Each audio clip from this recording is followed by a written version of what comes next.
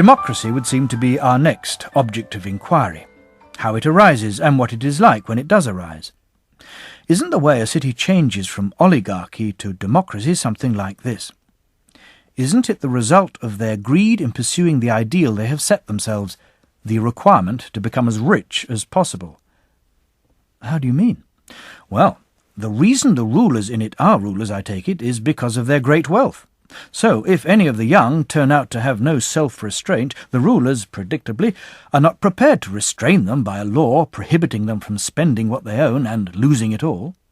Their aim is to buy up the property of people like this, or lend them money with the property as security, and in this way become even richer and more highly respected.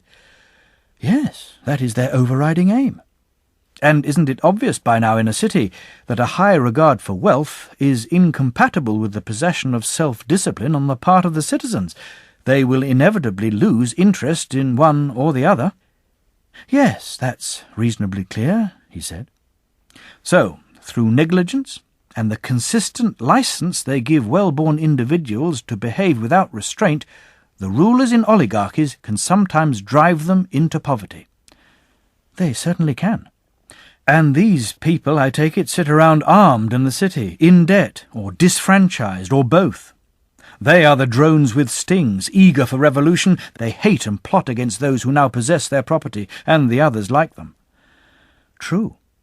And presumably the city turns into a democracy when the poor are victorious, when they kill some of their opponents and send others into exile, give an equal share in the constitution and public office to those who remain, and when public office in the city is allocated for the most part by lot. Yes, he said, that is the way democracy becomes established, whether it happens by force of arms or because their opponents lose their nerve and go into exile. Very well then. What will this regime, in its turn, be like? How will these people live? Aren't they free men, for a start? Isn't it a city full of freedom and freedom of speech? Isn't there liberty in it for anyone to do anything he wants? Yes, that's the reputation it has, he said. And where there is liberty, then obviously each person can arrange his own life within the city in whatever way pleases him. Obviously. The most varied of regimes, I would think, as far as human character goes. Of course. It's probably the most attractive of the regimes, I said. Like a coat of many colours, with an infinite variety of floral decoration. So this regime will catch the eye with its infinite variety of moral decoration. Lots of people are likely to judge this regime to be the most attractive, like women or children looking at prettily painted objects. Indeed they will. There's no compulsion to hold office in this city, I said, even if you're well qualified to hold office, nor to obey those who do hold office if you don't feel like it, nor to go to war when the city is at war, nor to be at peace when everyone else is, unless peace is what you want. Then again, even if there's a law stopping you holding office or being a member of a jury, there's nothing to stop you holding office and being a member of a jury anyway, if that's how the mood takes you. Isn't this, in the short term, a delightful and heaven-sent way of life? It probably is, in the short term. And what about the relaxed attitude of those sentenced by the courts? Isn't it civilized?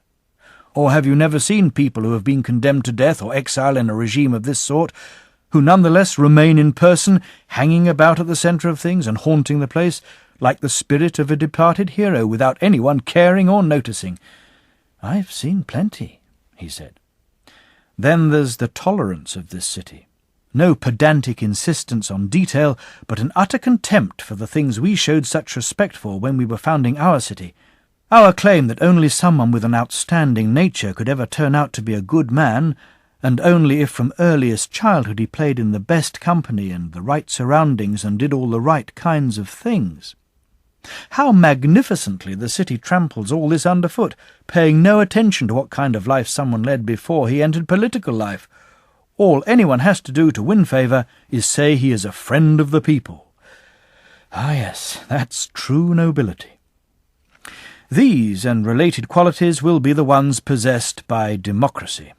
You'd expect it to be an enjoyable kind of regime, anarchic, colourful, and granting equality of a sort to equals and unequals alike. Yes, that's a pretty familiar story, he said.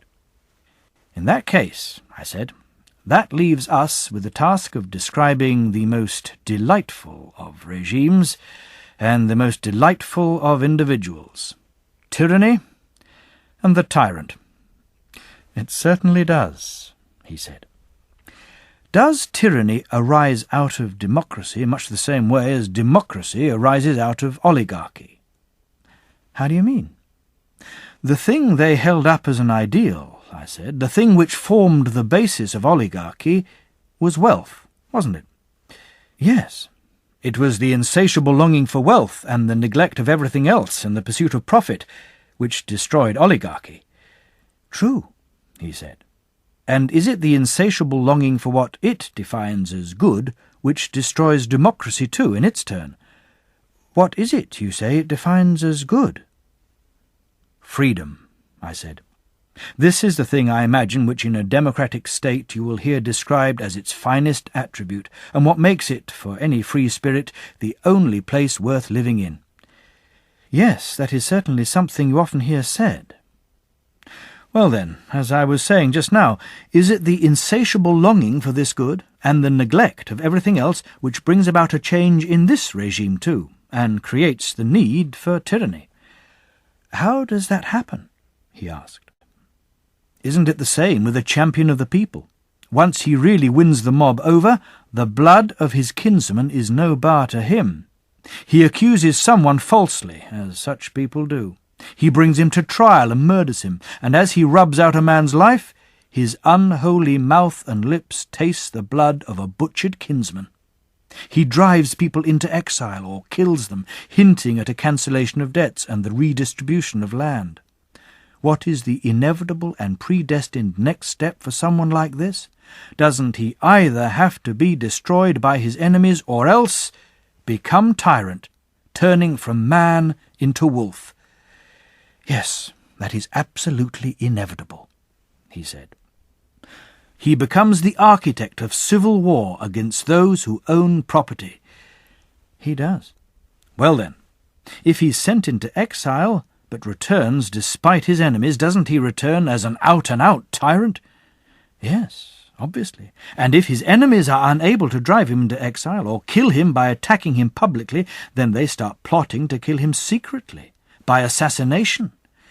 Yes, that's certainly what tends to happen, he said. The tyrant's response to this is the famous request which everyone who has reached this stage discovers. He asks the people for a personal bodyguard to guarantee the safety of their people's champion. Indeed, he does. And they give him one. More worried about his safety than their own, presumably. Much more. Shall we then describe the happiness of this man and of the city where such a creature comes into being? By all means, let's describe it, he said. Very well. To start with, in the early days, doesn't he have a smile and a friendly word for everyone he meets? He says he's no tyrant, and is full of promises both to individuals and to the state. Won't he have freed them from their debts, and divided up the land among the people and among his supporters? Doesn't he pretend to be universally kind and gentle? He's bound to. But I imagine that once he feels safe from his enemies in exile, being reconciled with some and destroying others, his first concern is to be constantly starting wars, so that the people will stand in need of a leader. Very likely. And, perhaps, with the further intention that their contributions to the war will impoverish them, compel them to concentrate on their daily occupations, and make them less likely to plot against him. Undoubtedly. And if there are some independent-minded people whom he suspects of challenging his rule, doesn't he try to find a good excuse for handing them over to the enemy and destroying them? For all these reasons, isn't a tyrant always bound to be stirring up war? Yes, he is. Doesn't this tend to make him increasingly unpopular with the citizens? Of course it does. Then the boldest of those who helped to make him tyrant, and who are now in positions of power, start to speak their minds freely, don't they? Both to him and to one another, criticising what is going on. Probably. So the tyrant, if he wants to go on ruling, must be prepared to remove all these people until he is left with no one who is any use, whether friend or enemy. Obviously he must. He will need a sharp pair of eyes then. He needs to pick out the brave, the noble, the wise, and the rich, since it is his unavoidable good fortune, whether he likes it or not, to be the enemy of all of them. He must plot their downfall until he has got the city clean. A fine way to clean a city!